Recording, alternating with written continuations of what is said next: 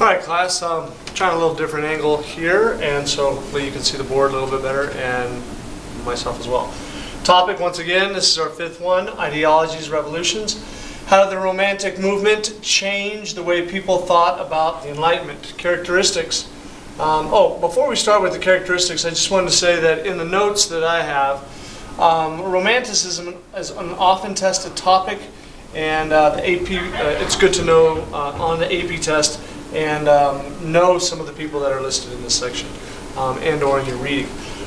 Characteristics: emotion over reason, emphasized human senses, passion, faith, glory, and nature.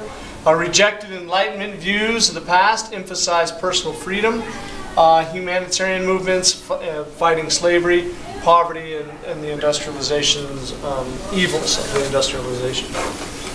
Philosophical forerunners of the Romanticism.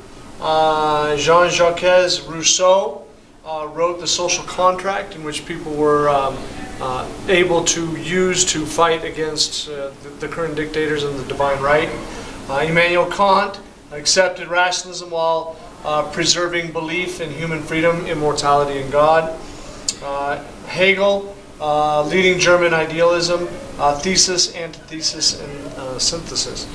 The Romantic poetry, Romantics believed that poetry was supreme over all other literary forms.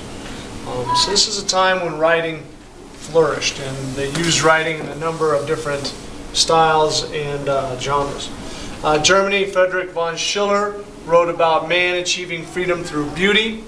Johann Goethe wrote Faust, criticized the excesses of the Romanticism. In England, you had Williams Wordsworth, published lyrical ballads, most influential literary works in English history. So similar to Shakespeare, he was one that is very well known in England. Lord Byron embodied the melancholic romantic figure. He died fighting for the Greeks against the Ottoman Turks in their Revolutionary War. Percy Shelley wrote Prometheus Unbound in 1820 about the revolt of humans against society that oppressed them.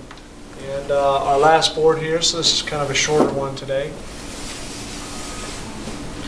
Literature, once again, Faust in 1806 sells his soul to the devil for knowledge. So his book was a satirical piece against people wanting to continually gain knowledge at this time.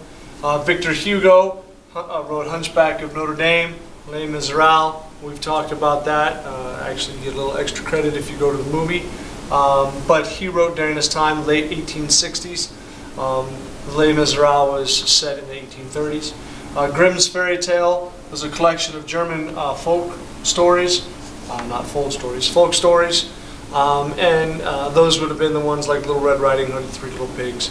But at that time, they were folk stories, and there were two brothers who went around collecting these stories to make them into one group of literature works.